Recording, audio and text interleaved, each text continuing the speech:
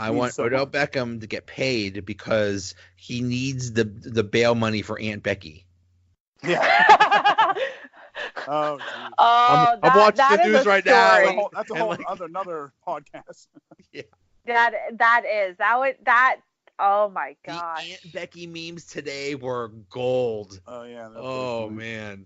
Uncle Jesse didn't know what was going on. He had no clue. Yeah. He had no clue. Or there was the one with Michelle holding like her fingers like guns, like I'm coming to get Aunt Becky out of jail.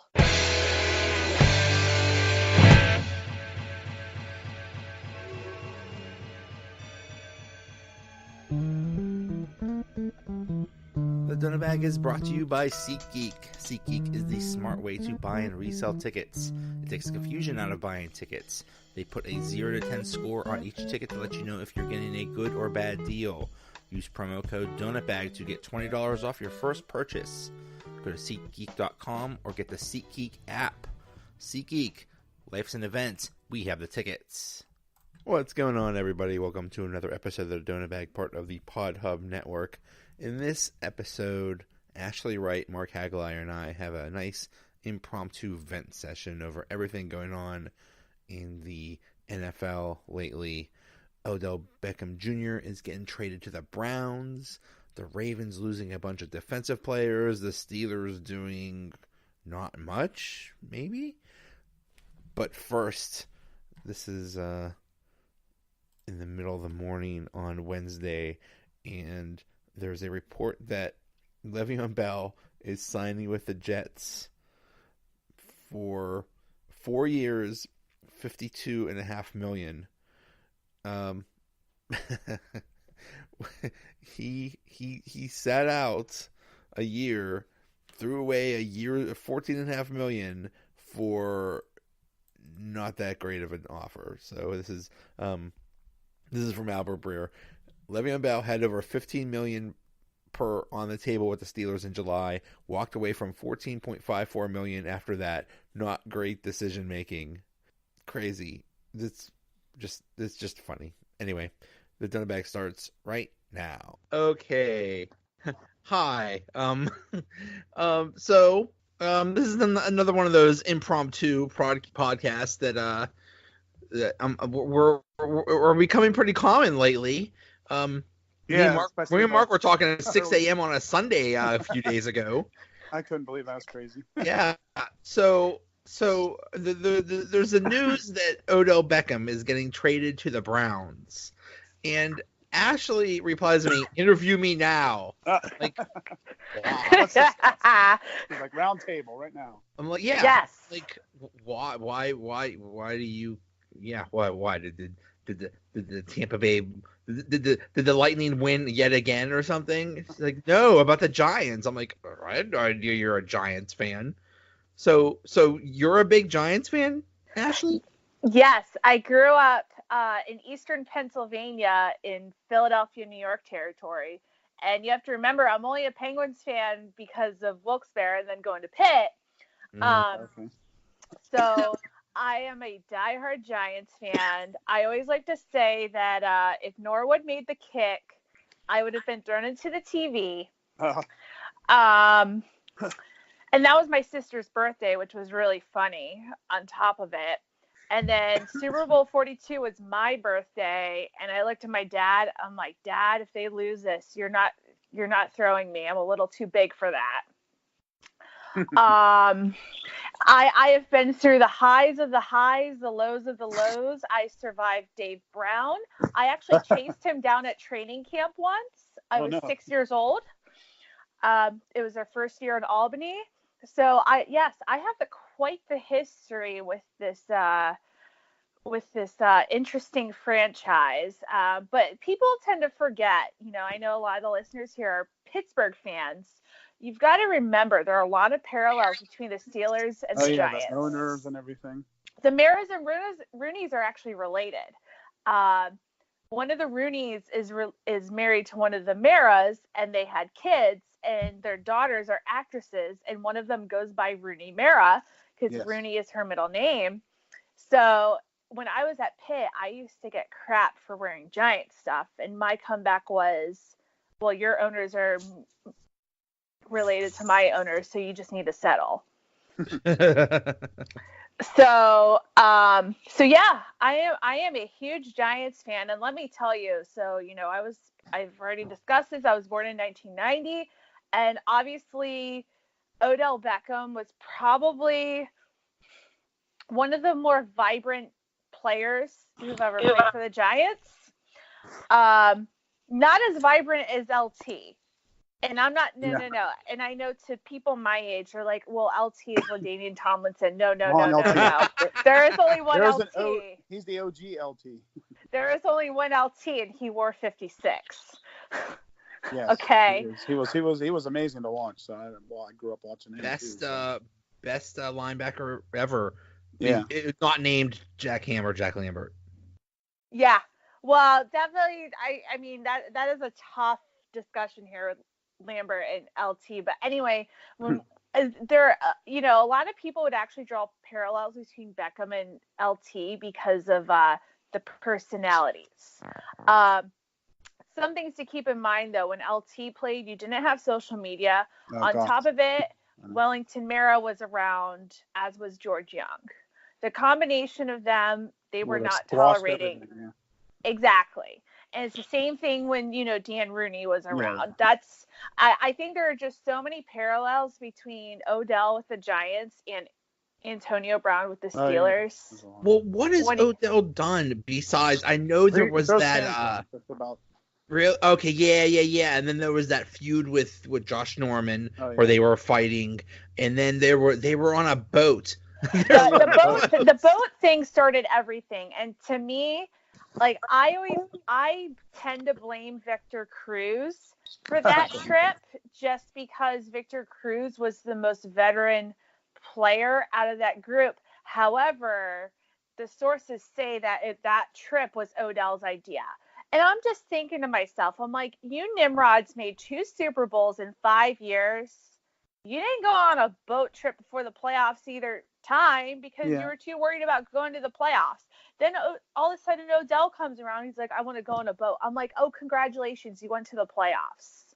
Can you actually win a game here? And what was really frustrating about that game was they were actually in it for the first half. And Dominic Rodgers-Cromartie went down. And they were going with like the 3-man set in the secondary. And when DRC went down, everything went to hell. Odell didn't quite pull a Jeremy Shockey. He didn't quite give up and throw the game, but he might as well have. And when I say talk about Jeremy Shockey throwing the game, I'm talking about the 2002 wild card playoff game. Did he leave or something? Or no? No, he didn't leave. I vaguely remember that, but Shockey just they had that 24-point lead going into the second half, and Shockey just decided to not care. And actually, speaking of him, I think that's who you can compare Odell to, really, is Jeremy Shockey. They both have these larger than life personalities. Very skilled, very good players. Yes. And you think about teams in New York, like typically they have, these larger than life personalities. However, the Giants have always had a history of kind of keeping that, they don't deal with that very well. I mean, they let LT do it, but it was kind of this weird, toxic but amazing combination with Bill Parcells and LT, where they just let each other be themselves. But that normally doesn't work with the Giants. So I felt like Odell was always just a bad personality fit. He's a great player. I hope he does well for the Browns. I know you guys don't hope that because you're Steelers fans, and he is now up there with everyone else. The one thing I will say is with the Browns, with Odell and Jarvis Landry, they better not both screw up my fantasy team, because they were both on one of my fantasy teams last year. Offset each other. And I was sick and tired of Jarvis Landry, being hot and cold, and same with Odell. And I don't know if I want to draft them both now or just pass on them both. So I am looking at Odell Beckham in a Browns uniform catching touchdown passes in Madden, and somebody made a video of it already. Yeah, people are doing that. People did that with AB too.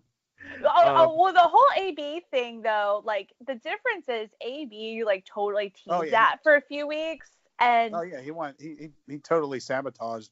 It makes it so much more infuriating that he intentionally sabotaged his value just so he could get what he wanted, and they got a 3rd and a 5th round pick for him, and the Browns gave up a 1st and a 3rd and a good player and a for good Odell safety. Beckham. Yeah. Oh. Yeah, pretty good. Yeah. I am very so we were talking we kind of alluded to this before we went on air about, is the Giants fan base happy? From what I have seen, the vast majority is flipping out. They are doing what Pittsburgh fans wanted to do to Jim Rutherford a couple weeks ago. They basically want to, burn him at the stake. I do not, and here's the reason why. First off, this is not Gettleman's first run with the Giants. So before he was the GM with Carolina, he was actually he was in various roles with the Giants under Ernie Corsi. He was not the assistant GM, but he was still pretty high up. And my whole thing is he knows how the Giants are supposed to work. And does it look crazy that he's letting Landon Collins walk? Sure. Does it look crazy that he traded Vernon to the Browns? Sure. Does it look wild that he traded Beckham to the Browns? Probably. But you know what? He's cleaning house. Yeah, they're in a bit of a rebuild now anyway. They're not really... Exactly. He is cleaning up 10 plus years of mistakes. Because people need to remember that Jerry Reese may have been the GM for those Super Bowls, but he did not actually win those Super Bowls. That was all Ernie Corsi. And actually, Gettleman played a big part in those Super Bowls because he helped build those teams. And people forget that. And once they got all those defensive guys, that's when the Giants really got strong, when they had those strong defenses. And as Steeler fans, we have to be Giants fans a little bit because they beat the Patriots in 2 Super Bowls. So. Right. Well, and the Giants and Steelers have historically operated with similar mentalities. Have a strong line on both sides of the ball, have a strong running game, and then everything else falls into place. Like I said, the Steelers have usually operated like that. The Giants have usually operated like that. So to have this superstar wide receiver, I will tell you, this is the other thing. This is the other reason why I'm really happy, and I can't believe I'm just thinking of this now. So when the Giants drafted Odell Beckham, this was 2014, there was some guy who was still on the board who I really wanted the Giants to go after because I felt that they needed him more than they needed a wide receiver. And that guy's name is Aaron Donald. Oh, yeah. Well, we would not want him on there. Boy, were you wrong about him. Yeah, right. I am still mad 5 years later. That is Jerry Reese's fault, because here's the problem, is Jerry Reese had the draft mentality of he wanted to take whoever was the best available no matter what position they were in, which is the stupidest mentality you can have as a GM. That's the Steelers' philosophy too, and that's why we have to do such stupid things as re-sign Chicolo to a contract. Yeah, oh my God, I'm so mad. I think it's a little bit different when the Steelers haven't been bad enough to, get a top 10 pick for how long. Right. So I think it's a little different when you're always picking in the 20s. You can maybe do that kind of thing, but you might be able to pick the best player available, but.